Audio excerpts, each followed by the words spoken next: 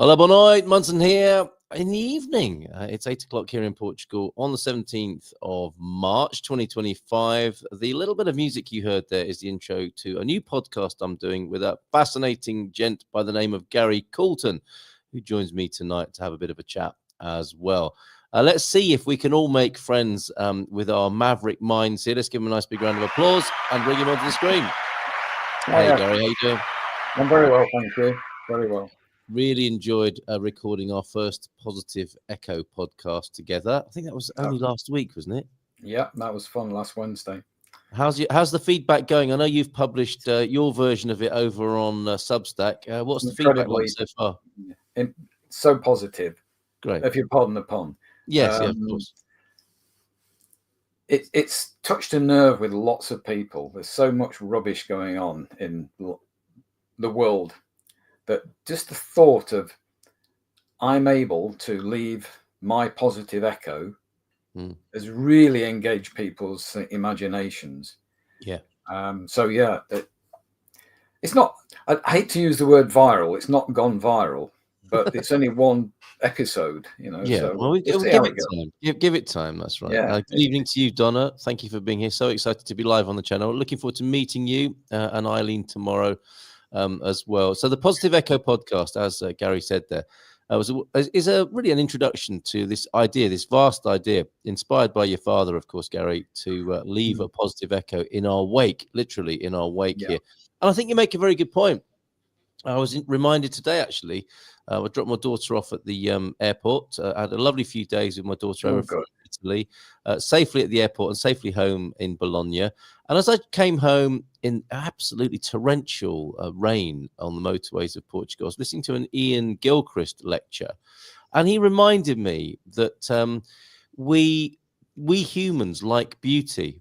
And it seems we're in quite an ugly age in a way, aren't we? And we have a sort of a communal fixation on all that is doom and gloom and spiraling downwards, when in fact what we really love is light and hope and love and those good things. And it might be that there's a little bit of an absence of those things at the moment. There's I think it started off with a kind of healthy skepticism people had of, is this stuff that I'm being told about, whatever that is it real? Is this person credible? And it seems to have moved over quite a lot to the sky's falling in. Yeah, right. And everybody's a paranoid android kind of feel. Yes. Yeah. And it takes effort to reverse that. But when we do, I'm convinced it makes us more emotionally resilient. We're able to do more of the things that we need to do to redress the balance. Yeah, he did actually say that cynical people were less intelligent, which is interesting. I don't know by which criteria. I suspect you can always slant research to say anything you want, can't you? Dumb people are less intelligent. Yeah, I agree with that. That's hard to argue with, although I suspect you could find somebody who would. So that's our Positive Echo podcast. We'll be recording more with you. What kind of echo will you leave when you're gone is the key theme there. You're the author of Demons to Champions, and you're coming over to Portugal soon. I am. To do this event here. And that's what I'd love to talk to you about this evening, really, is how we can make friends with our Maverick minds in the way that you've done, and which is what the book's about. And that's a sort of positive echo in its own way, isn't it? It'll be great to talk to you a little bit about that this evening, if we may, what that event's about, and how we can do that. I think there are a lot of people in this community, in the Good Morning Portugal community, who could claim to have maverick minds and think a little bit differently. And I suppose birds of a feather do flock together somewhat, don't they? So they do. What do you make of that? How would you suggest to other people they find themselves in a process to do what you've done? Ooh, that's the big question. Let's think about this positive echo thing. I wrote a post on Substack for Sunday, and as I was writing it, I'd always thought about leaving my echo with other people to make them feel better, do better. And then I thought, what I've done is first learn how to leave positive echoes in myself. Yeah. You know, you hear this thing about imposter syndrome. I'd never believed in it. It doesn't exist. The behaviors of imposter syndrome do. And largely it's because we let all the external voices in our world tell us how crap we are. Yes. And we don't pay attention to leaving that positive echo, whatever you want to call it, in our own minds and our own hearts. And that's where my journey began, when I realized I had to do that to survive. Yeah. Yeah. And it's the little stuff. You know, you and I have discussed this before. You don't attack the big, gnarly things in your life with a new idea. You attack the tiny things. You play with them. Things at work you keep, and the others you spit out, and then you try something else. And it's that which makes people emotionally healthy. And if there's nothing else that comes from everything I write and everything I say, it's about equipping myself and then other people to be more emotionally resilient. That's it in a nutshell. The imposter syndrome, if we could dwell on that, because I think it is something that people can relate to, and I take your point completely on that. Are you suggesting that the voices in our own heads that are telling us that we're not worthy can be reframed or made quieter? It's okay to say, "Wow, you're doing great. You did great. You are pretty great, actually," and that's an okay thing to own and be aware of. It's very much so. The fact that we are here on this planet in this format of a human being is utterly ridiculous and unlikely. So we are starting ahead of the game, and most of the fears we have are completely imaginary, but they're incredibly powerful nevertheless. Yeah. So it's about understanding that what are these. Sometimes it's not voices, and you know, I have conversations in my head. A lot of people do. Other people, it's sort of a general unease in themselves. And I came to the conclusion that these voices, this unease, was incredibly ignorant and ill-educated, but kind of meant well. Yeah. So I have this character, or did. I've renamed him now, but he mostly is called the Judge. And the Judge is that character that belittles you, goes, "Really, you've never been very good at that tennis business, have you? Or learning a foreign language, that's not you." Yeah. And what that character is trying to do, paradoxically, is protect you from embarrassment and danger. But it does so in a really childish, ignorant way. Yeah. And once you crack that it isn't a grown-up who's cleverer than you, it's just loud. Yes. And has persistency. And because they're ignorant, you can't shout them down. It's like politicians. You can't shout politicians Yes, they'll down. just keep coming back at you. Yeah. And you can't use argument. You have to be much sneakier than that with your doubters, your internal saboteurs, as other people have called them. And you also have to give them your unconditional love. And the combination of attention and identifying what that voice, that characteristic is really good at, is also the key. So the Judge loves, in my head anyway, counting things, sensing things, assessing things. And then in the past, he'd come up and use that information to criticize me, to judge me. So I played on that set of skills. And when I knew I was coming up against something difficult that the Judge would criticize, I gave him jobs to do. And again, we've mentioned this together in the past. I'd ask him to go, "Well, I'm going to be upset by this, but on a scale of 1 to 10, where 1 is meh, 10 is I'm going to fall apart, how intense is this feeling?" And that distracted the Judge. And I had ways of distracting the other characters. to the point where they became like grudging allies. Are they still grudging, or are they now on side? They are now, hence the title of the book, they're all now my most avid champions. There we go. And that's the book there. That they were demons, they're now champions. And that's how you fell in love with your neurodivergent maverick mind. And we'll come back to how you're going to be talking more about that over here in Portugal, in San Martinho de Porto, in my hometown here. But I want to ask you something and put this into some sort of historical perspective, Gary, because I was listening to LBC, which you're probably familiar with. I listened to that over here, and I heard a discussion about I don't know if it was specifically about mental health. It might have been about the way people with disabilities are being treated in the UK at the moment. And an old chap phoned in. He said, "I'm 91," and he was like, being quite dismissive. He said, we didn't have mental health when I was young. We just got on with it. Do you think, and I'm sure, I don't mean to be disrespectful or doubt him. They probably just had different words or different ways of dealing with things. But this time now of the discussion, the conversation about self-esteem, do you think it's always been this way for human beings, and we have better and more diverse tools now, or is this a product of our times that we are talking to ourselves in this way? And we are undermining ourselves more than we've ever done. Ooh, there's a lot in there, so let's try and take your time. The human mind and the human brain.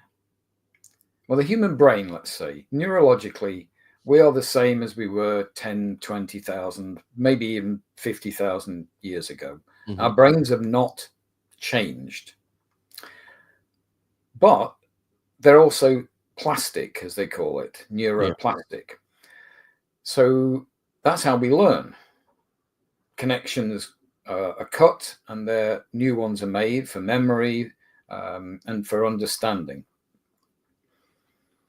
Back in the day, when your 91-year-old was alive, life could be brutal. Oh, sorry, when your 91-year-old was born, life could be brutal, but it was relatively simple. What we now have is an almost infinite cognitive load on us, not only in intensity, but in breadth and type. And you can see the effect that is having on children. They're the ones that are exhibiting more signs of anxiety and depression, their behaviors, because they have no downtime. Our society does not allow our children to have downtime. So this is a completely normal expression of a panic response. And there's more stuff to panic about, because 24/7 you have news. 24/7 our kids are shown examples of what they should be like, but they feel they aren't. Right. There's no rest. And us too, right? I mean, people of all ages are going through that process. I just use children as the most extreme example.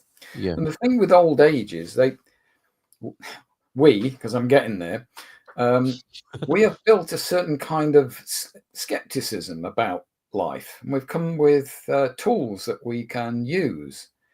So we're less likely to exhibit signs of anxiety and depression than younger people are, because they haven't got the range of experience to be able to cope with. I call it, this emotional resilience. So mental health is one of those things where you go, well, we've all got some level of mental health.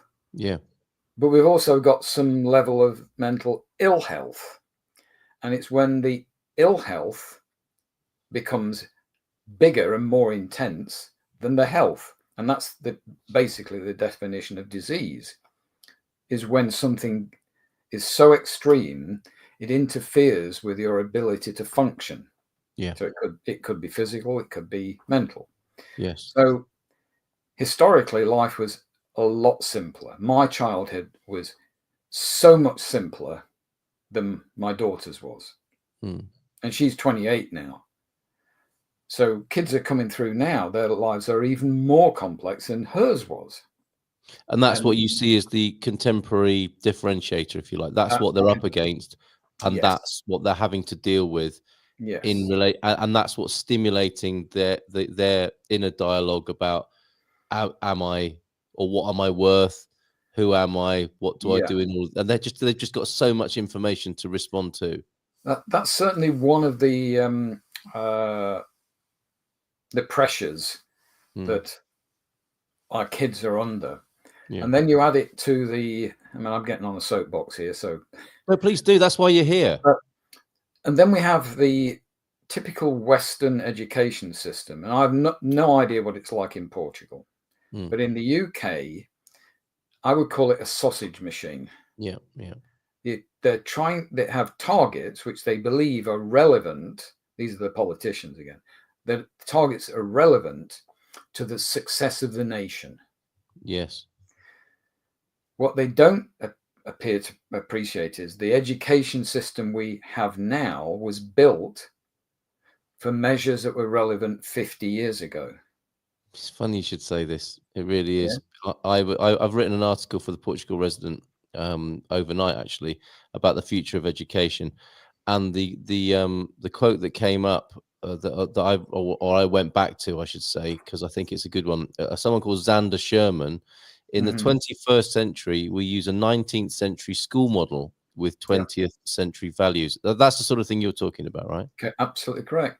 Yeah. So if you think about the things we learnt in life, but we didn't learn at school, we learnt some of those things around our interests, obsessions, things we liked. We kind of learnt what was needed to advance those obsessions, whatever they might be. So I have this theory, and I've been in higher education for 34 years before I retired. So, I feel I have some insight. Yes. Reference points, yeah. Yeah. There will come a time when we should be teaching children around their obsessions. Yes. And then the maths is used to exemplify the thing that excites them. Yeah. The English comes in, the science, the art around their obsession. Yeah. So if their obsession's football, it doesn't matter. They can do all the mathematics around the data from a match. They can write the program for the next match. They could do all sorts of things. Yeah. And this is where I believe AI could really help. Okay. And in particular with kids who are neurodivergent, because they need to learn in very different ways than a neurotypical child does. Well, they won't sit there at the foot of the sausage machine, will they? No. And they're driven by obsessions, and they're very emotionally hypersensitive. Yeah. So AI can be used with the teachers. It can't just be given over to AI, but they can learn how each individual child learns best. And it might be that they can't read and will never read. It might be that they will be pre-verbal all their lives. But there's ways in which you can engage their intellect, because those disabilities have no connection with IQ, no connection with creative ability. One of the UK's top up-and-coming photographers, wildlife photographers, Oliver, forgotten his second name for the moment, he has Down syndrome. But the way he can capture wildlife is better than 99.99% of neurotypical people. Fascinating. Yeah. But it would be thrown away at school. Yeah, right. Yes. And quite possibly denied access to photography because of judgments made. Yeah, he couldn't handle that. He wouldn't be able to do it, is what they say. Fascinating. So perhaps then what we're dealing with is intensity of information and this particular time in history, and that's heightening the reactions that we have as human beings, presumably, and why the 91-year-old can't really relate to what's going on. No, he can't. Yeah. it might be overstating the case, but when you look at the signs of PTSD, which are extremely high intensity stimulus over short or long periods of time, our children are showing those signs.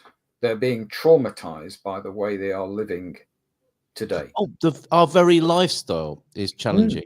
Okay. Yeah. Not just parts of it, but in general, it's challenging. Why would we think that a 500,000-year-old brain can cope with the rate of change that is imposed by our society? It's no longer under the control of an individual person. Yeah. Well, for it's sure. Moving faster. I remember being blown away by the idea, and this is a long time ago. Actually, I heard this. I think it's pre-internet. Was the idea that there's more information in a single daily edition of the Times newspaper than some medieval human beings knew in their lifetime. This is, Correct, this is sort of information, not necessarily experience, of course, because they would have had a whole lifetime of experience. But in terms of pouring information into people and the sausage machine, if you like, yes, yeah. Yes, this, says the Portugueser. Nuno Mendes also here with a boa noite. And an evening from Jackie. Donna, very excited to be here in Portugal, listening live tonight. We will have a more a closed discussion with our mastermind crew in a little while, which I'm sure will be very exciting. But I'm also wanting to ask you, thank you for that insight, that particular insight, and the answer that came, and how we might prepare children differently, and actually not just children, but we might cope better ourselves as adults in the world that we've created. And I was going to ask you the question, why is this happening? I guess it's because we can, and we are, and it's an experiment within which we are taking part at the moment. But this idea of health on a physical level, and you were talking about disease. Health is one thing, isn't it? But vitality is another, isn't it? And I'm wondering what transferables there are in being a mental maverick, or a maverick mind, if you like. That's probably a better way of putting it, isn't it? Having a maverick mind than being a mental maverick. I have my moments. Yes, of course. But do you get the point I'm making? It's like health is one thing, isn't it, in terms of a stasis of the body? But actually, it's great to feel vital, isn't it, in terms of health? And what about the mental equivalent of that? Because it's one thing to seek self-esteem at a level. It's one thing to be balanced at a level and mindful. But what about the peak states of mind? And what is it that you're talking about that would add to that conversation? I have never suffered from a lack of things to think about. Yes, I'm aware of that. Yeah. Deluge is what I normally call it. Yes. But I do appreciate that there are times when, using the laboratory of one, me. Yes. There are times where the executive function, as they call it, is not there. Mm-hmm. Now, some of that is to do with autism that runs in my family. Other parts comes back to that pressure. The light's just fallen over. Comes back to the pressure thing, where the more pressurized we are mentally, the less able we are to throw ourselves into action, mental or physical. Yes. And what I came to realize helps me is exercise. And I know it's quite hackneyed, and some people find it incredibly difficult to do exercise because it's so much easier to sit and, frankly, look at the screen and talk to people on whatever platform they choose. Mm. And I have gone through times in my life where I did not want to get out of bed and could not get out of bed. Yeah, right. So the question then is, how do you, in chemistry, they call it the activation energy, where two molecules are brought together. Yes. You have to put in some energy in order for them to react. Yes. And I think there's a kind of mental activation energy required. And some people need huge amounts of it to be active, and others, they need a tiny bit. I'm somewhere in between. So for mental and physical motivation, there's got to be a point in it, for one. Mm. You know, you see the people join the gym in January, and by halfway through February, they're gone. Yeah. Because they don't really know why they're doing it. This long-term quest for fitness. Well, for what? Mm. So I realized that in my 40s, I was fairly new dad, and I'd come to a grinding halt professionally. I needed to move on professionally, but I just didn't know what to do. Mm-hmm. And I remember being in northern Minnesota with friends, and I had to make a decision whether to take voluntary severance from the university I was at. And I sat in the middle of this lake on my own in a kayak. I hadn't paddled a kayak Like you do, yeah. like you do. I hadn't paddled one since I was probably 22. And I said to myself, there's two things. One is I really quite like this kayak thing. It's quite nice, you know, moving it about. And suddenly the correct decision just leapt into my head. And I screamed profanities saying that, you know, I'm going to leave. It's the right thing to do. Of course, I then had to convince my wife that it was the right thing to do, walk away from a salary. But there you go. She supported me. When I came back to Britain, this kayaking thing stuck in my mind. And so I joined a local kayak club, and that was in 2000. Mm. And I have been at it ever since. That's, what is it, 25 years later. And I use it as my mental experimental platform. So I can be Zen-like in a kayak. I can sense the way my own body moves, how much pressure I'm applying. And the only way I can describe it. So it's all absorbing. It's absorbing. So I don't care what I look like. I don't care whether my technique looks perfect. It's what it feels like that matters to me. That's very interesting. Yeah. Okay. So you create instead of the vogue for mindfulness where people are trying to achieve mindfulness occurs out of the activity. That's exactly it. Wow. Yeah. Okay. That's good to know. Yes. Yeah. So yeah. you can be mindful sat in the chair. I've just seen you move. Yes. Yeah. So the question now is, if you wanted to be mindful, you could work out the difference in pressure you feel between your left buttock and your right buttock. Often do, Gary. Yeah. Yes. Yeah. And in of itself, it has no meaning. That's the power of it. You're just noticing things. Yes. Brings you back in the moment. And now I can be mindful about other things like the conversation and the anticipation of talking to other people, which I always love. Which we need to do now. Sorry to cut you short, but we're only meant to be here until 8:30. The event that we didn't get to talk about, but we have a special separate recording on that people can find here. So I'll thank you for the time being. Our conversation will continue on the Positive Echo podcast, probably with a different sort of focus.